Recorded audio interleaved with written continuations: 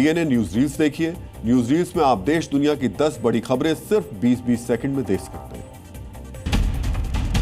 राहुल गांधी की वोटर अधिकार यात्रा के दौरान आरजेडी विधायक निरंजन राय का एक वीडियो वायरल हो गया। इस वीडियो में निरंजन राय राहुल गांधी को अंग वस्त्र देने के लिए मंच पर पहुंचे तो राहुल गांधी ने अंग वस्त्र लेने से इनकार किया। विधायक बार बार राहुल के नजदीक आ रहे थे और राहुल उनको पीछे कर रहे थे। बाद में राहुल गांधी की सिक्योरिटी ने विधायक को मंच से हटा दिया। इससे पहले स्थानीय कार्यकर्ताओं ने राहुल तेजस्वी के सामने विधायक के लिए मुर्दाबाद के नारे लगाए थे। जौनपुर जिले के मछली शहर के सुंदर नगर क्षेत्र में आपसी विवाद के दौरान जमकर मारपीट हुई और दबंग युवक ने भीड़ के बीच में खुलेआम फायरिंग कर दी। चौंकाने वाली बात यह रही कि किसी भी स्थानीय थाने को इस घटना की भनक तक नहीं लगी, लेकिन फायरिंग का वीडियो वायरल होते ही पुलिस विभाग में हड़कंप मच गया, जिसके बाद पुलिस ने मामले में एक्शन शुरू किया। भारतीय सेना पंजाब के अमृतसर में बाढ़ प्रभावित क्षेत्रों में बचाव अभियान के लिए A2OR N1200 specialist mobility vehicle का उपयोग कर रही है। पंजाब के अमृतसर में बाढ़ से जनजीवन अस्त व्यस्त हो गया है। ऐसे में वहां भारतीय सेना के जवान एक खास तरह की ऑल टेरेन ATV का इस्तेमाल कर रहे हैं, जो कि गहरे पानी में आसानी से चल सकती है। अब ये वाहन मुश्किल और खराब रास्तों में जाकर लोगों को सुरक्षित जगहों पर पहुंचा रहा है। जम्मू के पीरखोर इलाके में भारी तूफानी बारिश के कारण तबाही मची है। यहाँ सैकड़ों लोगों की गाड़ियां और घर क्षतिग्रस्त हो गए हैं।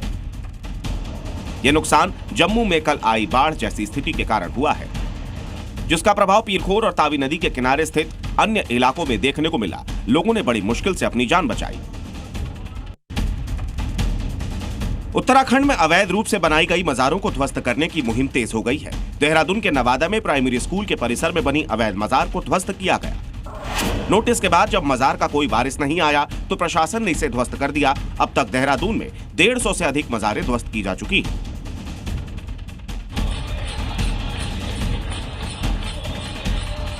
कथावाचक जया किशोरी ने गणपति पंडालों को डीजे मुक्त बनाने की अपील की है। जया किशोरी पुणे में श्रीमंत भाऊ साहेब रंगारी गणपति की प्राण प्रतिष्ठा में शामिल हुई। जया किशोरी ने कहा, शुरुआत में तो हम बड़े प्रेम से भगवान के भजन चलाते हैं, लेकिन बाद में गणपति मूर्ति के सामने बाकी सब तरह के गाने चल रहे होते हैं। ऐसे में दर्शन करने वालों को पंडालों में काफी अजीब अनुभव होता है। गणपति बप्पा के भक्त सिर्फ भारत में ही नहीं बल्कि पूरी दुनिया में मौजूद हैं। भारत में गणपति उत्सव के साथ साथ थाईलैंड का राज परिवार भी गणपति उत्सव मना रहा है।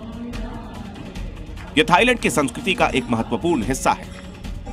थाईलैंड में भगवान गणेश को फ्राफिकानेट के नाम से जाना जाता है।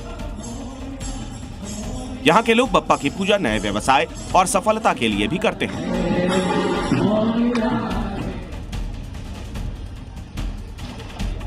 मुंबई के लाल बाग चौराहा सार्वजनिक गणेशोत्सव मंडल में गणेश चतुर्थी 2025 के पहले दिन में प्राप्त दान की गिनती की जा रही है। पहले दिन के दान की कुल 3 दान पेटियां हैं, जिनकी गिनती जारी है। श्रद्धालुओं ने यहां पर रुपयों के अलावा विदेशी करेंसी में भी बप्पा को दान चढ़ाया है। दान की गिनती के लिए कुल 80 लोग इकट्ठा हैं। पिछले साल पहले दिन 48 लाख रुपए का दान प्राप्त हुआ था। चीन की राजधानी बीजिंग में अमेरिका के 3 विरोधी, रूस के राष्ट्रपति व्लादिमीर पुतिन, उत्तर कोरिया के शासक किम जोंग और चीन के राष्ट्रपति शी जिनपिंग एक साथ नजर आएंगे। चीन की राजधानी बीजिंग में 3 सितंबर को परेड का आयोजन किया जा रहा है। ये परेड द्वितीय विश्व युद्ध में जापान के सरेंडर और जापानी आक्रमण के खिलाफ प्रतिरोध की जीत की 80वीं वर्षगांठ के उपलक्ष्य में होगी। गाजा पर पूरे कब्जे के लिए इजराइल की सेना का ऑपरेशन जारी है। गाजा में इजराइल की सेना और हमास के बीच कई इलाकों में सीधी टक्कर हो रही है। मध्य गाजा में इजरायली हमले के बाद देहर अल बला शहर के ऊपर धुएं का गुबार दिखा। इधर इजराइल में हमास द्वारा बंधक बनाए गए लोगों की रिहाई की मांग को लेकर देशव्यापी प्रदर्शन हुए। बंधकों के परिवारों और विपक्षी नेताओं ने प्रधानमंत्री बेंजामिन नेतन्याहू के आवास के बाहर भी रैली निकाली। Zee News।